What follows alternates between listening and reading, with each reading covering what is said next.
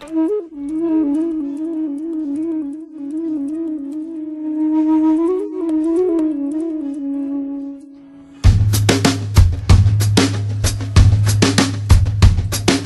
hungry, yeah, yeah, yeah. Just trying to eat, just trying to eat, just trying to eat, just trying to eat, just trying to eat, just trying.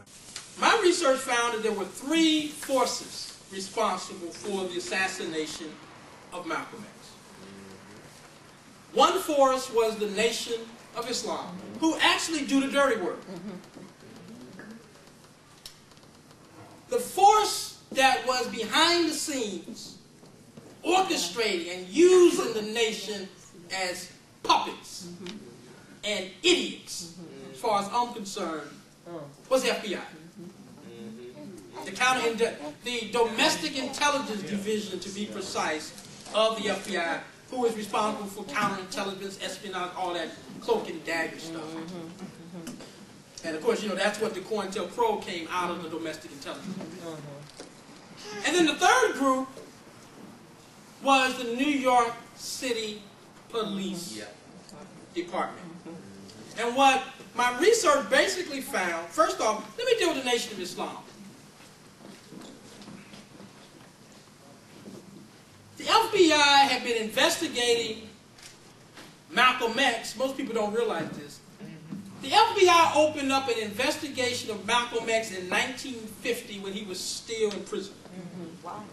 And what had happened was Malcolm had wrote a letter.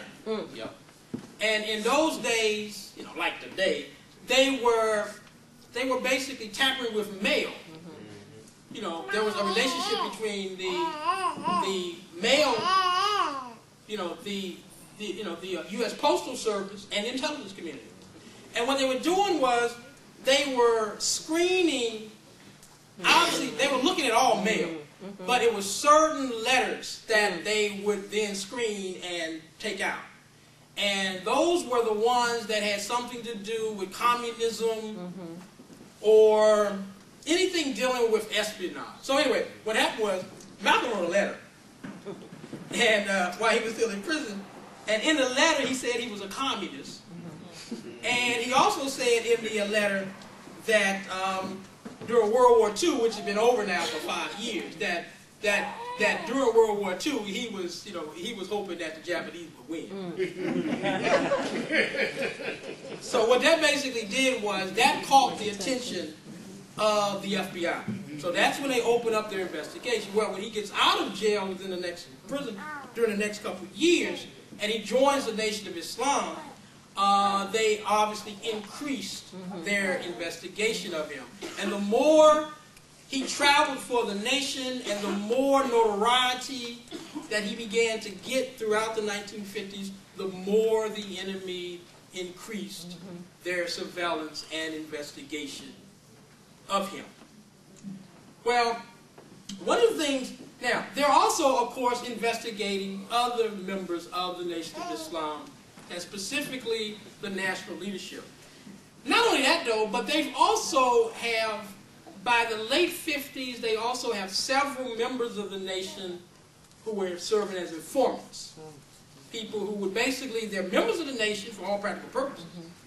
And the way that the FBI went about doing the informants is, they wouldn't send somebody into the targeted organization. What they would do is they would target somebody who's already in the organization. And oftentimes what they would do is they would check the person's financial situation. If they were struggling, that was a sign that maybe they might be interested. Like if they were trying to make ends meet, they would go after that person, pull them over to the side and say, how would you like to make some extra money? They would also look at people who had records, who had been in trouble with the law, and particularly one who might have something over their heads. And then they would go and say, look, we can make this go away, and you can get paid for it. And in exchange, all we want you to do is do what you do right now. You go to the meetings, you participate just like you always do. It's just that you reported information, we're going to ask you for certain things, and then you give it to them. So by the late 1950s, according to FBI documents, they had done a very good job of having informants within the Nation of Islam. And of course, all of this is going to play a role as the Malcolm situation revolves.